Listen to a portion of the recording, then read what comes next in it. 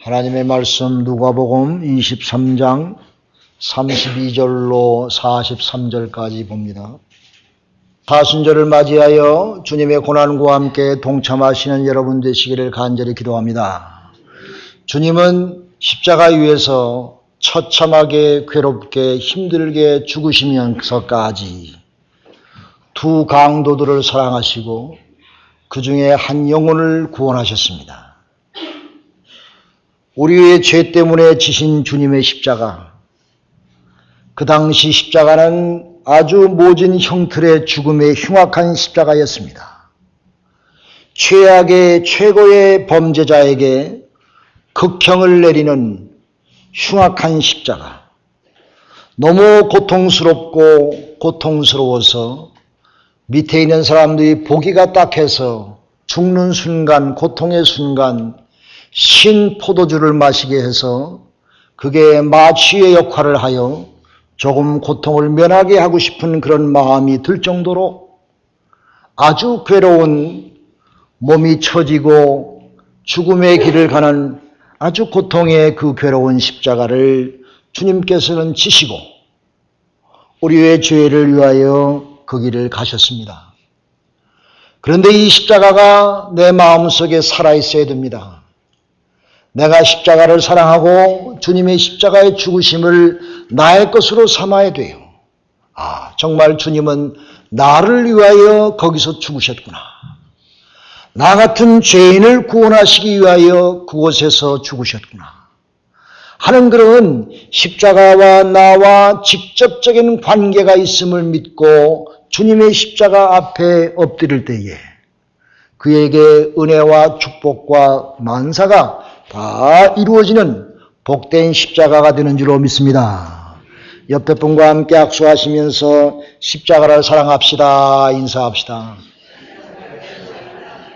십자가를 사랑합시다. 예수님의 십자가 뒤에 달릴 때에 옆에 죽은 두 강도, 아마도 살인과 도적 등 용서할 수 없는 죄질이 나쁜 그런 사형수여 있었을 것입니다. 반면에 예수님은 아무 죄도 없이 의로운 무신이시지만은 그들은 그 당시의 로마 유대인의 종교 지도자들의 모함에 의지해서 그런 죄 없이 참 반역자로, 불경죄로, 사회를 혼란케 한다는 반역죄로 사형 온도를 받아서 죽음의 길을 갔던 것입니다. 그러나 예수님께서는 한마디 말도 아니하시며 우리의 죄를 위해서 그 길을 자처하셨던 것입니다. 두 강도는 예수님께서 그들과 함께 돌아가실 때에 예수님을 지켜보았었습니다. 빌라도가 예수의 잘못을 찾지 못하고 놔주려 했지만은 유대 종교의 지도자들과 타협하고 자기들이 살기 위하여 할 수 없이 예수를 죽음의 길로 인도하는 것을 두 강도는 보았을 것입니다.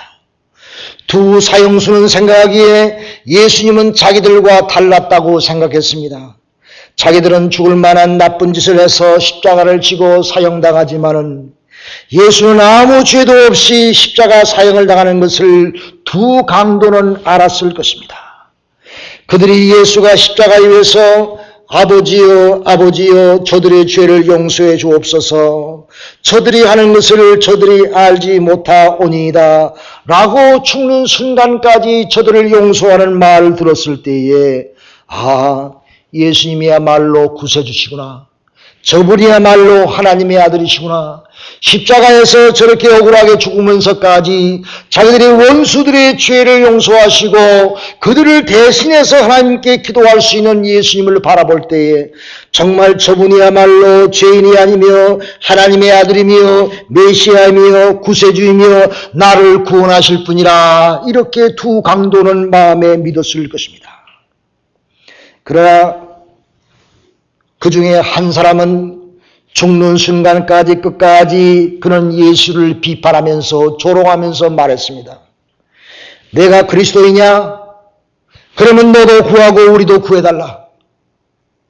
그는 말할 수 없는 죄를 지고 죗값으로 사형을 당하면서까지 예수를 비판하며 내가 그리스도라 자처하니 너도 구하고 나도 좀 구해달라, 이렇게 예수를 비방했던 것입니다. 그 말을 듣고 다른 한쪽에 있는 강도가 그를 꾸짖으면서 말하기를, 이 사람아, 너는 죄를 받고도 어찌 뉘우침이 하나도 없느냐? 너는 죄를 받고도 어떻게 뉘우치지 않고 회개하지 않고 하나님을 두려워하지 않느냐? 우리는 마땅히 죄값으로 사형을 당하나 이 예수는 옳지 않은 것이 하나도 없이 죽임을 당하는 것을 네가 왜 모르느냐? 예수를 비방하는 강도는 죽는 순간까지 자신의 잘못을 인정하지 아니했습니다. 죽는 순간까지도 어떻게 해서라도 상대방을 이용해서 자신이 살려고 발부둥치는 그런 못된 자였던 것입니다. 그야말로 그는 용서받지 못할 죄인이며 지옥의 백성이며 우리의 그 삶을 바라보면서 우리의 죄성도 한번 생각해 보게 되는 것입니다. 최후의 순간까지 악독한 죄인이며 그에게는 희망이 없고 절망이요, 그런 지옥으로 갈 수밖에 없는 처참한 그런 영혼이 아닙니까? 사랑하는 여러분, 이것이 우리 인생의 이야기인 것입니다. 재미있는 우리 사는 인생 얘기를 한번 해볼까요? 우리는 세상에서 죄악의 대장된 사탄과 항상 영적인 싸움을 싸우는 사람입니다. 믿습니까? 우리는 영적인 싸움 가운데 사는 사람이에요. 하루는 사탄이 한 청년을 찾아왔습니다. 그런 청년에게 10개의 병을 내보면서 여기 9개의 병에는 꿀물이 들어있고 1개의 병에만 독약이 들어있다. 만약 내가 10개의 병 가운데서 아무 병이나 하나만 마시더라도 내가 네게 많은 돈을 주겠다라고 제안했습니다. 청년은 곰곰이 생각해 보았습니다. 고개를 가로지르면서 말하기를, 아무리 돈이 좋지만은 내 생명과 바꿀 수는 없지 라고 말하면서 처음에 거절했어요. 그러나 사탄은 계속 옆에 와서 그를 유혹했습니다. 10병 가운데 겨우 1병이야, 1번이야, 하나만 마시면 엄청난 돈을 내가 가질 수 있으며 내가 일생 동안 편하게 살 수가 있어. 청년의 눈에는 앞에 돈 뭉치가 오락가락 왔다리 갔다리 했어요. 청년의 마음이 흔들리기 시작했습니다. 이제 내가 1번만 하면 평생 동안 일을 안 해도 편하게 먹고 살 수가 있어. 그런 마음이 들 때에 이제 청년은 떨리는 손으로 진땀을 흘리며 그 10개의 병 중에서 1개를 골라서 그가 쫙 마셨어요. 설마 10개 중에 이 하나가 독약이 든 병이 아니겠지. 요번 1번만 하고 딱 요번뿐이야. 청년은 그 병을 마셨습니다. 그런데 마셨는데 아무 일도 없어요. 청년이 얼마나 기쁜지 환호성을 지렀습니다. 야, 나는 살았구나. 자칫하면 죽을 뻔했네. 야, 사탄아, 어서 내 돈을 내놓아라. 그리고 다시는 나를 찾아오지 말라. 자칫하면 내가 죽을 뻔했어. 다 어서 내가 약속한 그 많은 돈을 나에게 내어놓아라. 사단은 그 돈을 주면서 청년에게 말했습니다.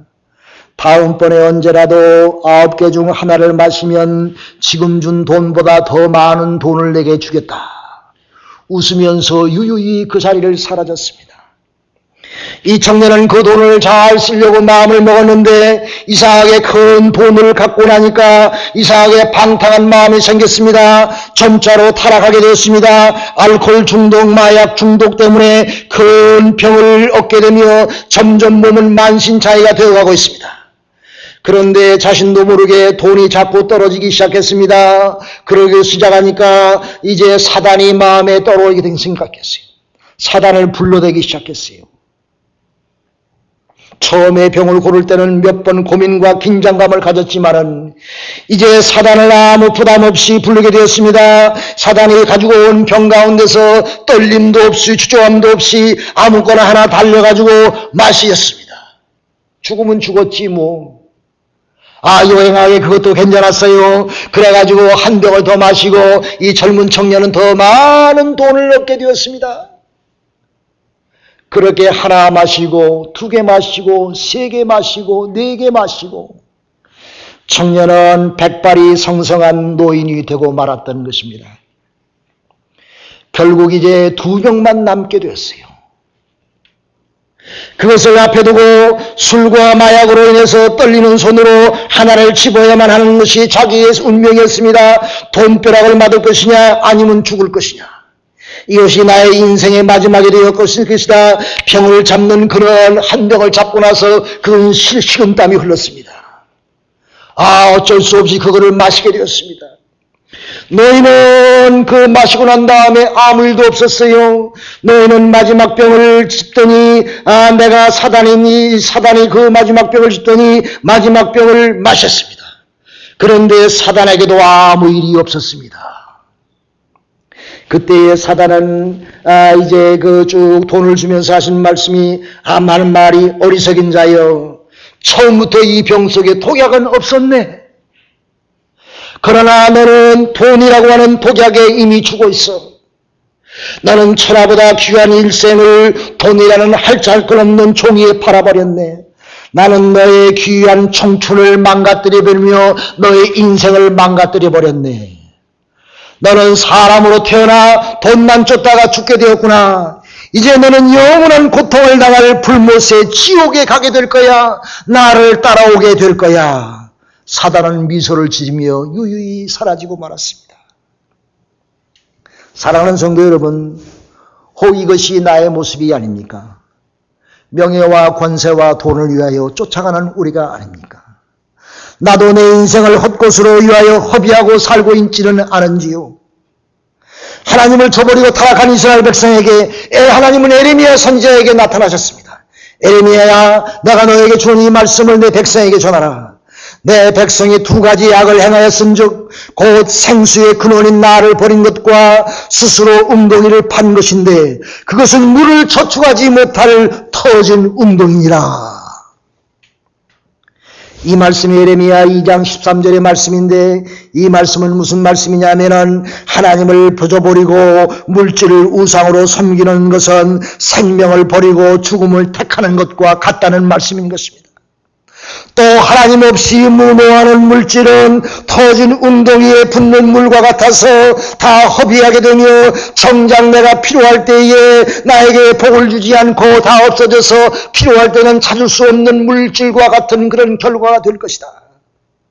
결국은 너는 몸도 망치고 허송세월도 하며 필요할 때는 다 내려부터 다 도망가는 그런 허무한 인생을 살 수밖에 없느니라. 하나님은 예레미야 선지자를 통해서 이스라엘 백성에게 말씀해 주셨던 것입니다. 그러므로 하나님을 지키시고 하나님이 우리를 지키시고 우리의 물질을 지키시며 우리의 건강을 지키시며 우리의 삶을 지키시며 축복하셔야지. 하나님 없이는 모든 게 다 허사가 된다고 하는 말씀이 아닙니까? 남은 한 강도는 예수님께 말했습니다. 예수여 예수여 당신의 나라가 임할 때에 이 죄인 나를 기억해 주옵소서. 나를 생각해 주옵소서. 예수님께서 그 강도에게 말하기를 내가 오늘 나와 함께 낙원이 있으리라. 할렐루야 할렐루야. 죽어가는 이 강도에게 예수님께서는 그에게 낙원의 축복을 허락해 주셨습니다. 예수는 자기에게 오는 그에게 그의 잘못을 따지는지 너는 흉악한 강도라느니 그런 말을 하지 아니하시고 강도가 자기의 잘못을 뉘우치고 주님께 나올 때에 주님은 그를 즉시 받으시며 천국 백성으로 삼으셨습니다. 구원받은 강도가 갈 낙원은 에덴 동산과 같은 곳인 것입니다.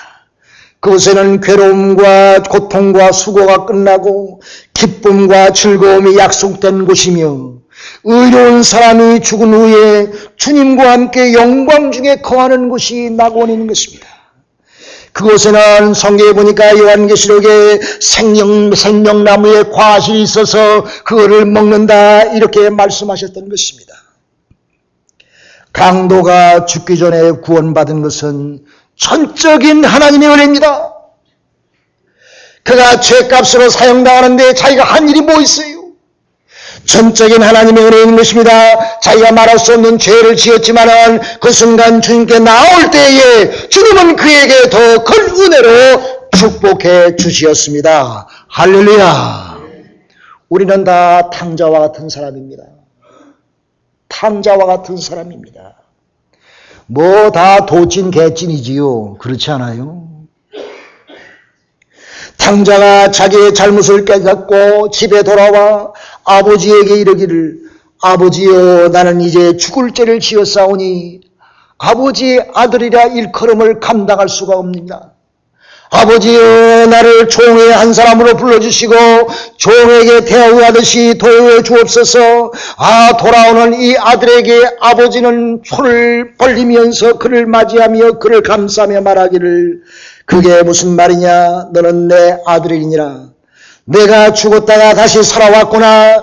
종이라니 무슨 말이냐. 너는 나의 귀한 아들이오니 내가 기뻐서 손님을 초청해서 그 송아지를 잡고 그에게 때때 옷을 입히면서 금가락지를 끼우고 세신을 시키며 그 아버지는 기뻐하였습니다.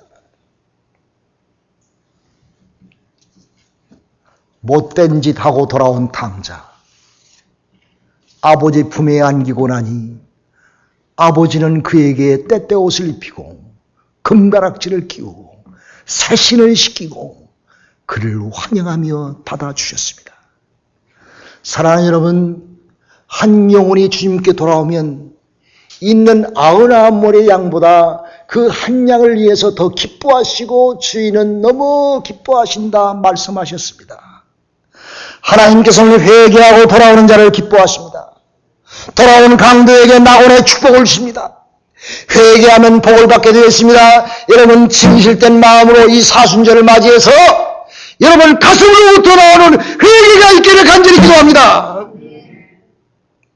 체면만 생각하는 것이 아니라 내 인간적인 생각이 아니라 진실된 마음으로 눈물과 콧물을 흘리면서 하나님 앞에 주여 이 죄인을 받으시옵소서. 나의 죄를 받아주시옵소서. 주여 내가 주님께 나아가나이다. 주님 앞에 나올 때에 주님은 여러분에게 묻지 아니하시고 돌아오는 탕자에게 때때 옷을 입히며 금가락지를 끼게 하시고 새신을 신기시며 큰 잔치를 베푸신 것처럼 여러분의 기도의 소원이 다 응답되어질 줄로 믿으시길 바랍니다. 우리는 하나님 앞에 회개하면 주님 앞에 나오면 하나님은 우리에게 낙원의 축복을 허락하십니다. 하나님은 우리에게 때때 옷을 주십니다.